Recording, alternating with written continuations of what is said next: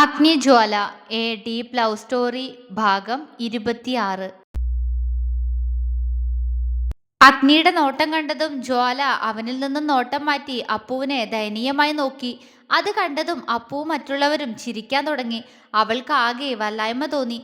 പെട്ടെന്ന് ആരവേട്ടൻ അങ്ങനെയൊക്കെ പറഞ്ഞപ്പോ പറഞ്ഞു പോയതാ.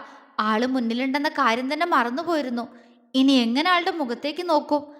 അവൾക്ക് അറിയുമായിരുന്നില്ല. ആ, അതൊക്കെ പോട്ടെ, എല്ലാരും ചെന്ന് കഴിക്കാൻ നോക്കിക്കേ, നേരെ ഒരുപാടായി.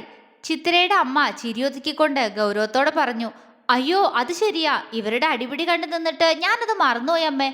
എല്ലാരും കൈയഴുകിയിരിക്കെ, ഞാൻ കഴിക്കാനെടുക്കാം. ചിത്ര എല്ലാവരെയും നോക്കി പറഞ്ഞുകൊണ്ട് അടുക്കളയിലേക്ക് നടന്നു. കൂടെ തന്നെ അവരെ ചിരിയോടെ നോക്കി മോഹനും. അമ്മേ, ഞാനും വരുന്നു. ജ്വാല പെട്ടെന്ന് ചിത്തിരയുടെ ഒപ്പം വന്നുകൊണ്ട് പറഞ്ഞു. ചിത്തിര അവളെ നോക്കി കണ്ണുരുട്ടി. എന്താ? അവരുടെ നോട്ടം കണ്ടതും ജ്വാല പേടിയോടെ ചോദിച്ചു. അവിടെ നിന്നോണം, ദേ അവിടെ വാഷേരിയ, അവിടെ പോയി കൈയഴുകി മര്യാദയ്ക്ക് ആ ടേബിളിന്റെ മുന്നിൽ ചെന്നിരുന്നോ. അടുക്കളയിലേക്കൊന്നും വരണ്ട ഇപ്പോ. അവളോട് കപടദേഷ്യത്തോടെ പറഞ്ഞുകൊണ്ട് ചിത്തിര അടുക്കളയിലേക്ക് നടന്നു. മോഹനും അവളെ നോക്കി ചിരിയോടെ കണ്ണു ചിമ്മി ചിത്തിരയ്ക്കൊപ്പം അടുക്കളയിലേക്ക് നടന്നു. ജ്വാല സങ്കടത്തോടെ തിരിഞ്ഞ് ഹാളിലേക്ക് തന്നെ വന്നു. തന്നെ നോക്കി കളിയാക്കി ചിരിക്കുന്ന അപ്പൂനെ കണ്ട് അവള് ചുണ്ടു കോട്ടിക്കൊണ്ട് മുത്തശ്ശിമാരുടെ അടുത്തേക്ക് വന്നു. ഈ സമയം അത്രയും അഗ്നിയുടെ കണ്ണുകൾ അവളെ ചുറ്റിപ്പറ്റി തന്നെയായിരുന്നു. അവൾ വസുന്ധരയുടെയും മിനിയുടെയും മുന്നിൽ വന്നു നിന്നു. അവരെന്തായെന്ന പോലെ അവളെ നോക്കി. അവൾക്ക് അവരോട് സംസാരിക്കാൻ ഒരു പേടി തോന്നി. മോഹനും ചിത്രയും ഇത്രയും നേരം അവളോട് സംസാരിച്ചപ്പോഴും മുത്തശ്ശിമാർ കാര്യത്തിന് മാത്രമേ സംസാരിച്ചിരുന്നുള്ളൂ എന്ന് അവൾ ഓർത്തു. ഇന്നലെ രാത്രിയിൽ എന്നോട് സ്നേഹത്തോടെ സംസാരിച്ചതാ. ആ ധൈര്യത്തിലെ ഇപ്പോ അവരുടെ മുന്നിൽ വന്ന് നിൽക്കുന്നേ. എന്തേ കുട്ടി? അവളുടെ നിൽപ്പ് കണ്ട് വസുന്ധര ചോദിച്ചു. അത് എന്തേ രണ്ടാളും എണീക്കാത്തെ? ഭക്ഷണം കഴിക്കണ്ടേ? അവൾ പുഞ്ചിരിയോടെ ചോദിച്ചു. വസുന്ധരയും മിനിയും അവളുടെ നിഷ്കളങ്കമായ ചോദ്യം കേട്ട് അവളെ നോക്കിയൊന്ന് പുഞ്ചിരിച്ചു. ഞങ്ങൾ നേരത്തെ കഴിച്ചു മോളെ. മരുന്നൊക്കെ കഴിക്കാനുള്ളതാണേ ഈ വയസ്സുകൾക്ക്. അപ്പോ നേരത്തും കാലത്ത് വല്ലതും കഴിച്ചില്ലാച്ചാ ശരിയാവില്ല. മിനിയാണ് അത് പറഞ്ഞത്. ജ്വാലയ്ക്ക് അവരുടെ സ്നേഹത്തോടെയുള്ള സംസാരം കേട്ട് മനസ്സ് നിറഞ്ഞു. അവൾ നിറഞ്ഞ സന്തോഷത്തോടെ അവരെ നോക്കി തലകുലുക്കി. അത് കണ്ട് വസുന്ധരയും മിനിയും ഒന്ന് പുഞ്ചിരിച്ചു. മോള് ചെന്ന് എന്തെങ്കിലും കഴിക്കാൻ നോക്ക്. ഇന്നലെ രാത്രിയും അങ്ങനൊന്നും കഴിച്ചില്ല എന്ന് അപ്പു പറഞ്ഞു. വസുന്ധര സ്നേഹത്തോടെ പറഞ്ഞു. ശരി അച്ഛമ്മേ. അവൾ നിറഞ്ഞ സന്തോഷത്തോടെ അവരെ വിളിച്ചു. വസുന്ധരയുടെ കണ്ണുകൾ വിടർന്നു. ആരാ പറഞ്ഞെന്നേ ഞാൻ അച്ഛമ്മയാണെന്ന്? വസുന്ധര ചിരിയോടെ ചോദിച്ചു. ജ്വാലയുടെ മുഖം ആ ചോദ്യത്തിൽ മങ്ങിപ്പോയി. ഞാനങ്ങനെ വിളിച്ചത് അവർക്ക് ഇഷ്ടമായില്ലേ എന്ന് അവളൊരു വേള ചിന്തിച്ചു പോയി. കുട്ടി വിളിച്ചത് അച്ഛമ്മയ്ക്ക് ഇഷ്ടാവാത്തോണ്ടല്ലാട്ടോ. ആരാ പറഞ്ഞു തന്നേന്ന് അറിയാൻ വേണ്ടി ചോദിച്ചൂന്നേ ഉള്ളൂ. അവളുടെ മനസ്സറിഞ്ഞെന്ന പോലെ വസുന്ധര ചിരിയോടെ പറഞ്ഞു. ജ്വാലയുടെ ചുണ്ടുകൾ വിടർന്നു. അത് ഇന്നലെ ആരവേട്ടൻ വിളിക്കണേ കേട്ടു, അതാ ഞാൻ. അവള് ചിരിയോടെ പറഞ്ഞു. അത് ശരി, മിടുക്കി. അപ്പോ എന്നെന്താ കുട്ടി വിളിക്കുക? ഇവളെ മാത്രമല്ലേ വിളിച്ചുള്ളൂ, എന്നൊന്നും വിളിച്ചില്ലല്ലോ. മിനി പരിഭവം പറഞ്ഞു. ജ്വാലയ്ക്ക് ചിരി വന്നുപോയി. ഇവിടത്തെ അമ്മയെ പോലെ തന്നെ കുറുമ്പ ആൾക്കും. അവള് മനസ്സിൽ ചിരിയോടെ പറഞ്ഞുകൊണ്ട് അവരുടെ മുന്നിൽ മുട്ടുകുത്തിയിരുന്നു. മിനിയുടെ മുഖം ഒന്നുകൂടി വീർത്തു. എൻ്റെ അമ്മമ്മ പിണങ്ങിയോ? എനിക്കറിയാലോ ഇത് അച്ഛമ്മയും ഇത് അമ്മമ്മയാണെന്ന്. അവൾ വസുന്ധരയുടെയും മിനിയുടെയും കവിളിൽ ഒരുപോലെ തഴുകിക്കൊണ്ട് പറഞ്ഞു. രണ്ടാളും നിറഞ്ഞ സന്തോഷത്തോടെ അവളെ നോക്കി. അഗ്നിയുടെ ചൊടികളിൽ ഒരു പുഞ്ചിരി വിരിഞ്ഞു. എല്ലാരോടും ചിരിയോടെ സംസാരിക്കുന്നുണ്ട്. എന്നെ മാത്രം കാണുമ്പോൾ അവൾക്ക് പേടി. അവന്റെ മുഖം വീർത്തുപോയി. മിനി അഗ്നിയെ ഒന്ന് ഇടങ്ങണ്ണിട്ട് നോക്കി. അവന്റെ വീർത്ത മുഖം കണ്ട് അവർക്ക് ചിരി പൊട്ടി. മോള് പോയി കഴിക്കിട്ടോ. ഇനി ഇവിടെ നിന്നാ നിന്റെ കെട്ടിയോന്റെ കവിളിപ്പോ പൊട്ടിപ്പോവും. മിനി പൊട്ടിവന്ന ചിരി ഒതുക്കിക്കൊണ്ട് പറഞ്ഞു. അഗ്നി അവരെ നോക്കി കണ്ണുരുട്ടി. ജ്വാല അഗ്നിയെ നോക്കി. വീർത്ത മുഖത്തോടെ തന്നെ നോക്കി നിൽക്കുന്നവനെ കണ്ട് അവളൊന്ന് വിറച്ചു. ഇത്രയും നേരം അവൻ തന്നെ നോക്കി നിൽക്കുകയായിരുന്നു എന്ന് ഓർക്കവേ ശരീരം വിയർത്തു പോകുന്നു. അവള് പെട്ടെന്ന് അവരുടെ മുന്നിൽ നിന്നും എഴുന്നേറ്റ് അവനെ മറികടന്ന് വാഷ് ബേസിന്റെ അടുത്തേക്ക് നടന്നു. അവള് പോകുന്നത് നോക്കിക്കൊണ്ട് അഗ്നിയും അവൾക്ക് പുറകെ നടന്നു. അപ്പോഴേക്കും ചിത്രയും മോഹനും കൂടി ഡൈനിങ് ടേബിളിൽ കഴിക്കാനുള്ളത് കൊണ്ടുവന്ന് വെച്ചിരുന്നു. അപ്പു ഒരു ചെയറിലിരുന്ന് അഗ്നിയും ജ്വാലയും കാത്തിരിക്കുകയാണ്. ജ്വാല കൈ കഴുകി നേരെ മുഖമുയർത്തി നോക്കിയത് മിററിലേക്കാണ്. തന്നെ നോക്കി തനിക്ക് പുറകിൽ നിൽക്കുന്നവനെ കണ്ട് അവള് വിറയലോടെ പെട്ടെന്ന് അവനെ തിരിഞ്ഞു നോക്കി. പക്ഷെ അവളെപ്പോലും ഞെട്ടിച്ചുകൊണ്ട് അഗ്നി അപ്പോഴേക്കും അവളുടെ ഇടുപ്പിലൂടെ കൈയിട്ട് അവളെ ചുറ്റിപ്പിടിച്ച് ചുമരിലേക്ക് അവളുടെ ശരീരം അമർത്തി വെപ്പിച്ചിരുന്നു. ജ്വാല പേടിയോടെ കണ്ണുകൾ ഇറുക്കിയടച്ച് അവന്റെ നെഞ്ചിൽ കൈയമർത്തി. അവന്റെ ശ്വാസം തന്റെ നെറ്റിയിലും കണ്ണിലും മൂക്കിലും അതും കഴിഞ്ഞ് തന്റെ ചുണ്ടുകളിലും തട്ടിപ്പോവുന്നത് അവൾ അറിയുന്നുണ്ടായിരുന്നു. അവൾ കണ്ണുകൾ ഒന്നുകൂടി ഇറുക്കിയടച്ചു. തൊണ്ടക്കുഴിയിലൂടെ ഉമിനീർ ഇറക്കുമ്പോൾ ആ ശബ്ദം പോലും അവന് കേൾക്കാനാകും വിധത്തിൽ ആയിരുന്നു. ജ്വാല, അവൻ പതിഞ്ഞ ശബ്ദത്തിൽ വിളിച്ചു. അവൾ കണ്ണുകൾ വെട്ടി തുറന്നുകൊണ്ട് അവനെ നോക്കി. അവന്റെ കണ്ണുകളിൽ മറ്റെന്തോ ഭാവം, ഇന്നുവരെ മറ്റാരുടെയും കണ്ണിൽ ഞാൻ കണ്ടിട്ടില്ലാത്ത ഭാവം. ആ കണ്ണുകളിലേക്ക് നോക്കാൻ കഴിയുന്നില്ലല്ലോ എന്നെ കൊണ്ട്. അവള് പെട്ടെന്ന് തല താഴ്ത്തി. അവന്റെ കൈകൾ അവളുടെ നഗ്നമായ ഇടുപ്പിൽ ഒന്ന് തലോടി. ജ്വാല ഏങ്ങിക്കൊണ്ട് അവന്റെ മുഖത്തേക്ക് നോക്കി. അവൻ അവളെ നോക്കിക്കൊണ്ട് തന്നെ അവളുടെ ചെവിക്കടുത്തേക്ക് അവന്റെ മുഖമടുപ്പിച്ചു. ജ്വാലയുടെ ശരീരത്തിൽ വിയർപ്പ് കണങ്ങൾ പ്രത്യക്ഷപ്പെട്ടു. അവന്റെ ചുണ്ടുകൾ തന്റെ ചെവിയിൽ അമർന്നതും പൊള്ളിപ്പിടഞ്ഞുകൊണ്ട് അവൾ അവന്റെ നെഞ്ചിൽ നിന്ന് കൈയെടുത്ത് ഇടുപ്പിൽ കൈയമർത്തി. കുഞ്ഞ, നേർത്ത സ്വരത്തിൽ അവൻ വിളിച്ചു. ഉം. അവൾ അറിയാതെ മൂളിപ്പോയി. അവന്റെ ഇടുപ്പിലിരിക്കുന്ന അവളുടെ കൈകൾ പോലും വിറയ്ക്കുന്നുണ്ടായിരുന്നു. എന്നെ നേരത്തെ എന്താ വിളിച്ച്? ഡ്രാക്കുളയെന്നോ? അവൻ കുറുമ്പോടെ ചോദിച്ചു. ആ. ജ്വാല അറിയാതെ പറഞ്ഞുപോയി. അവൻ അവളുടെ മുഖത്തേക്ക് നോക്കി. അവള് പെട്ടെന്ന് തലതാഴ്ത്തി പിടിച്ചു. തന്റെ നെഞ്ചൊപ്പം മാത്രം പൊക്കമുള്ള ആ കൊച്ചു പെണ്ണിനെ അവൻ കുറച്ചുനേരം അങ്ങനെ തന്നെ നോക്കി നിന്നു. ഡ്രാക്കുള എന്താ ചെയ്യാന്നറിയോ? അവന്റെ ശബ്ദത്തിൽ കുസൃതിയാണ്. അവൾ സംശയത്തോടെ അവനെ നോക്കി. അവനൊന്ന് ചിരിച്ചു. പല്ലുകൾ ആഴ്ത്തി രക്തം കുടിക്കും. ദേ, അതും ഈ കഴുത്തിലിങ്ങനെ. ആർദ്രമായ സ്വരത്തിൽ അവളോട് പറയുന്നതിനോടൊപ്പം അവന്റെ വിരലുകൾ അവളുടെ കഴുത്തിലൂടെ ഒഴുകി നടന്നു. ജ്വാല ശ്വാസം പോലും എടുക്കാൻ കഴിയാത്ത വിധം തളർന്നു തുടങ്ങിയിരുന്നു. ഞാൻ എൻ്റെ കുഞ്ഞിനെ അങ്ങനെ ചെയ്തോട്ടെ? പല്ലുകൾ ആഴ്ത്തി ഈ കഴുത്തിലെ രക്തം കുടിച്ചോട്ടെ? അവനിൽ കള്ളച്ചിരി. എന്താ? അവൾ പതർച്ചയോടെ ചോദിച്ചു. അതോ, അതുണ്ടല്ലോ, ഞാൻ കാണിച്ചു തരാമേ. അവൻ നേർത്തുപോയ സ്വരത്തിൽ, അവളെ തളർത്താൻ മാത്രം പാകത്തിലുള്ള സ്വരത്തിൽ പറഞ്ഞു. കണ്ണാ, എവിടെ രണ്ടാളും? വേഗം കൈകഴുകി വന്നേ. ഡൈനിങ് ഹാളിൽ നിന്നും ചിത്തിര വിളിച്ചു പറഞ്ഞു. ജ്വാല പെട്ടെന്ന് അവനെ പുറകിലേക്ക് തള്ളി മാറ്റി. അവനൊന്ന് പുറകിലേക്ക് വേച്ചുപോയെങ്കിലും പെട്ടെന്ന് നേരെ നിന്ന് അവളെ തറപ്പിച്ചു നോക്കി. അവള് പെട്ടെന്ന് അവനിൽ നിന്നും നോട്ടം മാറ്റി ഹാളിലേക്ക് പാഞ്ഞു. എന്റെ കയ്യിൽ കിട്ടൂട്ടോ. എന്നെ ഡ്രാക്കുളാന്ന് വിളിച്ചേനെ, അപ്പം നിന്നെ ഞാൻ ശരിയാക്കി തരാടി. ഹാളിലേക്ക് ഓടുമ്പോഴും പുറകിൽ നിന്നും കുറുമ്പോടെയുള്ള അവന്റെ ശബ്ദം അവള് കേൾക്കുന്നുണ്ടായിരുന്നു. അവള് പെട്ടെന്ന് അവനെ ഒന്ന് തിരിഞ്ഞു നോക്കി. അവള് നോക്കിയ അതേ സമയം തന്നെ അവൻ അവളെ നോക്കി കടിക്കുന്നത് പോലെ കാണിച്ചു. അത് കണ്ട് ജ്വാല പതർച്ചയോടെ വേഗം ചിത്രയുടെ അടുത്തേക്ക് പാഞ്ഞു. അവളുടെ ഓട്ടം കണ്ട് അവൻ കൈകഴുകി ഒരു ചിരിയോടെ ഡൈനിങ് ഹാളിലേക്ക് നടന്നു. അഗ്നി അപ്പുവിനടുത്തുള്ള ചെയറിലിരുന്നു. അതിന് നേരെ ഓപ്പോസിറ്റ് ആയിട്ട് ചിത്തിരയും സൈഡിൽ മോഹനും ഇരിക്കുന്നുണ്ട്. അഗ്നിയുടെ നോട്ടം ജ്വാലയിലേക്ക് പോയി.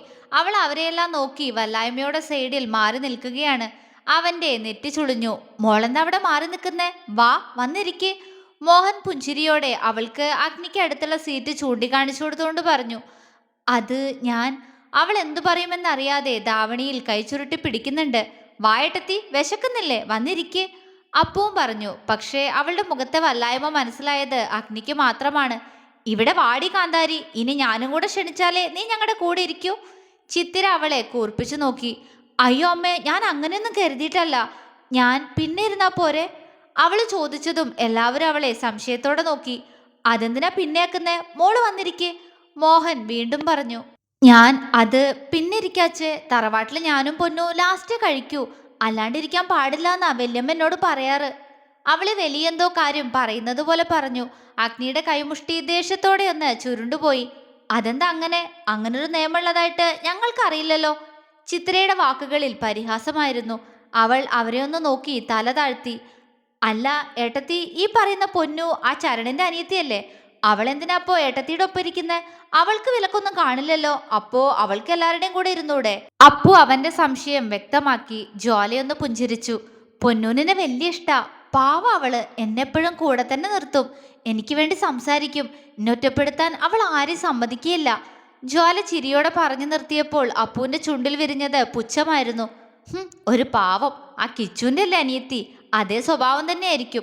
ഈ പെണ്ണിനെ പറ്റിക്കാൻ എളുപ്പമായതുകൊണ്ടാണല്ലോ അവൻ ഇപ്പോഴും ഇങ്ങനെ അവളെ പറ്റിച്ചുകൊണ്ടിരിക്കുന്നേ. അനിയത്തി അതുകൊണ്ട് അതിൽ മോശം വരില്ല. അവളുടെ അഭിനയത്തിന് പിന്നിലും വല്ല ലക്ഷ്യവും കാണും. ജ്വാല പറഞ്ഞതിന് തലയാട്ടി കൊടുക്കുമ്പോഴും അവൻ പുച്ഛത്തോടെ ചിന്തിച്ചത് അതുമാത്രമാണ്. പക്ഷേ അഗ്നി ഒരു പുഞ്ചിരിയോടെയാണ് അവൾ പറഞ്ഞതെല്ലാം കേട്ടത്. മുൻപൊരിക്കൽ ജ്വാലയ്ക്കൊപ്പം അവളെ ഞാൻ കണ്ടിട്ടുണ്ട്. അന്ന് ജ്വാലയുടെ സന്തോഷത്തിന് കാരണക്കാരി അവളാണെന്ന് എനിക്ക് മനസ്സിലായതോ. പക്ഷെ ഒരിക്കൽ അപ്പുവിനെ ഫോണിൽ വിളിച്ച് സംസാരിക്കുമ്പോൾ അവൻ പറഞ്ഞു അവിടുത്തെ സുരഭിയെ ഒരു പയ്യന്റെ കൂടെ ഹോട്ടലിലേക്ക് കയറിപ്പോണത് കണ്ടൂന്ന്. അവൻ അന്വേഷിച്ചപ്പോൾ അവൾ ഇടയ്ക്കിടയ്ക്ക് അങ്ങോട്ട് വരാറുണ്ടെന്ന് അറിഞ്ഞൂന്ന്. അങ്ങനെയാ സുരഭിയുടെ സ്വഭാവത്തെക്കുറിച്ച് അറിയുന്നേ. സൗപർണികയും ചൈതന്യയും കുറിച്ച് അത്ര വ്യക്തമായിട്ടുള്ള ധാരണ അപ്പുവിന് ഇനിയും കിട്ടിയിട്ടില്ല. ആ കിച്ചുവിന്റെ അനിയത്തി ആള് ശരിയല്ല ഏട്ടാ, മുഴുവൻ അഭിനയ അവള്. ജ്വാലക്കുട്ടിയെ പറ്റിക്ക് എല്ലാരും ചേർന്ന്. ഒരിക്കൽ അവൻ തന്നോട് പറഞ്ഞ വാക്കുകൾ. പക്ഷെ അപ്പോഴും എന്റെ മനസ്സിൽ അന്ന് കുഞ്ഞനെയും ചൈതന്യയും ഒരുമിച്ച് കണ്ട നിമിഷമായിരുന്നു.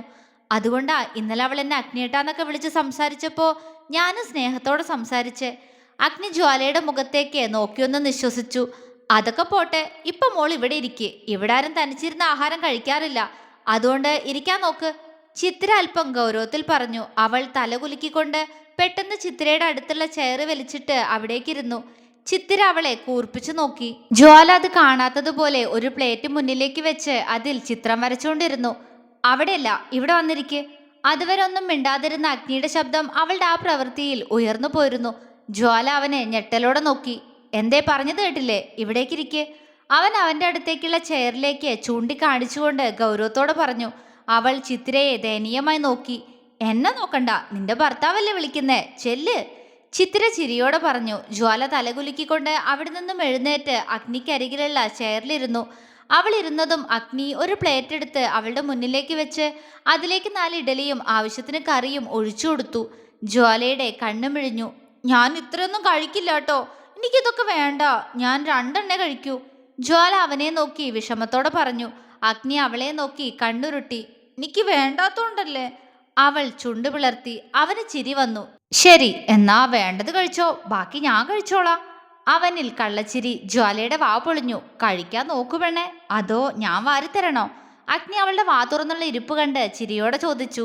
ജ്വാല അവനിൽ നിന്ന് നോട്ടം വെട്ടിച്ച് പ്ലേറ്റിലേക്ക് നോക്കി കഴിക്കാൻ തുടങ്ങി.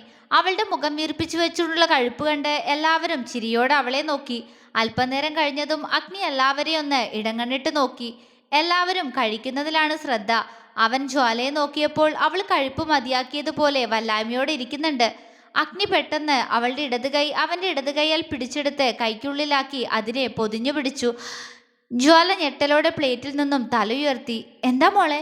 അവളുടെ ശബ്ദം കേട്ട് മോഹൻ വെപ്രാളത്തോടെ ചോദിച്ചു. അവള് ചിത്തിരെ അപ്പൂനെ ഒന്ന് നോക്കി. എല്ലാവരുടെയും നോട്ടം തന്നിൽ തന്നെയാണ്. അവൾ അഗ്നിയെ നോക്കി. അവൻ അവിടെ നടക്കുന്നതൊന്നും അറിയാത്തതുപോലെ ബ്രേക്ക്ഫാസ്റ്റ് കഴിക്കുകയാണ്. അപ്പോഴും പിടിച്ചുവെച്ച കയ്യിൽ നിന്നും പിടിവിടാതെ വിരലാൽ ആ കയ്യിൽ തഴുകുകയും ചെയ്യുന്നുണ്ട്. മേലാകെ കോരിത്തരിക്കുന്നത് അവൾ അറിയുന്നുണ്ടായിരുന്നു. എന്തുപറ്റി ജ്വാല? ചിത്തിരയാണ് അത് ചോദിച്ചത്. ഒന്നുമില്ല അമ്മേ, അവൾ വിറയലോടെ പെട്ടെന്ന് പറഞ്ഞു. അഗ്നിയുടെ ചുണ്ടിൽ പുഞ്ചിരി വിരിഞ്ഞു. അവൻ മുഖമുയർത്തി അവളുടെ മുഖത്തേക്ക് കുറുമ്പോടെ നോക്കി. ജ്വാലയുടെ ദയനീയമായ നോട്ടം അവനിൽ തന്നെ ആയിരുന്നു. അവന് ചിരി വന്നെങ്കിലും ആ കണ്ണിൽ കുസൃതിയാണ്. എന്തു പറ്റി കുഞ്ഞാ? എന്തെങ്കിലും പ്രശ്നമുണ്ടോ? എന്തുണ്ടെങ്കിലും അഗ്നിയോട് പറഞ്ഞോ? അവൻ അവളുടെ വിരലുകളിലൂടെ തഴുകിക്കൊണ്ട് തന്നെ അവളോട് കുറുമ്പോടെ പറഞ്ഞു. അവന്റെ വിരലുകൾ തന്റെ കൈയിനെ തലോടുന്നതിനനുസരിച്ച് അവളുടെ കയ്യിലെ രോമങ്ങൾ പോലും എഴുന്നേൽക്കുന്നുണ്ടായിരുന്നു. ശരീരം ഒന്നാകെ തണുക്കുന്നത് പോലെ. മറുപടി പറ കുഞ്ഞാ. തന്നെ തന്നെ നോക്കിയിരിക്കുന്നവളെ നോക്കി അവൻ വീണ്ടും ചോദിച്ചു. അവൾ അവനെ ദയനീയമായി നോക്കി. ഒന്നുമില്ല. അവൾ വിക്കി പറഞ്ഞുകൊണ്ട് പെട്ടെന്ന് പ്ലേറ്റിലേക്ക് നോക്കി. 2 ഇഡലി ഇനിയും പ്ലേറ്റിൽ അതുപോലെ ഇരിപ്പുണ്ട്. അവളൊന്ന് നിശ്വസിച്ചുകൊണ്ട് എങ്ങനെയൊക്കെയോ പെട്ടെന്ന് അതുകൂടി കഴിച്ചു തീർത്തു. വെള്ളം കുടിക്കാൻ അവന്റെ കയ്യിൽ നിന്നും കൈ വലിച്ചെടുക്കാൻ നോക്കിയെങ്കിലും അവൻ അവളുടെ കയ്യിൽ നിന്നും പിടിവിട്ടിരുന്നില്ല. അവളുടെ ദയനീയ നോട്ടം കണ്ടിട്ടും കാണാത്തതുപോലെ അവനിരുന്നു. വേറെ വഴിയില്ലാതെ അവൾ കഴിച്ചുകൊണ്ടിരുന്ന കൈകൊണ്ട് തന്നെ ഗ്ലാസ് എടുത്ത് വെള്ളം കുടിക്കാൻ തുടങ്ങി. ചിത്രയും മോഹനും അപ്പുവും അവളുടെ ഈ വെപ്രാളം ശ്രദ്ധിക്കുന്നുണ്ടായിരുന്നു. അവളുടെ കാട്ടിക്കൂട്ടൽ കണ്ട് 2 പേരുടെ നെറ്റി ചുളിഞ്ഞെങ്കിൽ ഒരാളുടെ ചുണ്ടിൽ കള്ളച്ചിരിയായിരുന്നു. അവള് വെള്ളം കുടിച്ചു കഴിഞ്ഞതും അഗ്നിയെ വീണ്ടും നോക്കി. ഇല്ല, നോക്കുന്നില്ല. അയാൾ വെറുതെ പ്ലേറ്റിൽ വരച്ചുകൊണ്ടിരിക്കുക. അവളൊന്ന് നിശ്വസിച്ചുകൊണ്ട് അവൻ പിടിച്ചിരിക്കുന്ന അവളുടെ കൈ ഉപയോഗിച്ച് അവന്റെ വിരലിൽ ഒന്ന് ചുരണ്ടി. അഗ്നി അവളുടെ മുഖത്തേക്ക് നോക്കി. അവൾ അവനെ നോക്കി ചുണ്ടു പിളർത്തി. അവളുടെ മുഖത്തെ ഭാവം കണ്ട് അവൻ ഒരേ സമയം അവളോട് പ്രണയവും വാത്സല്യവും നിറഞ്ഞു. അവനൊരു ചിരിയോടെ അവളുടെ കയ്യിൽ നിന്നും പിടിവിട്ടു. അതിന് കാത്തു നിന്നതുപോലെ ജ്വാല അവളുടെ പ്ലേറ്റ് എടുത്ത് പെട്ടെന്ന് കിച്ചണിലേക്ക് ഓടി. അഗ്നി പൊട്ടിവന്ന ചിരി ഒതുക്കിക്കൊണ്ട് അവന്റെ ചുണ്ടിൽ ചിരിയോടെ പല്ലുകൾ ആഴ്ത്തി. തുടരും.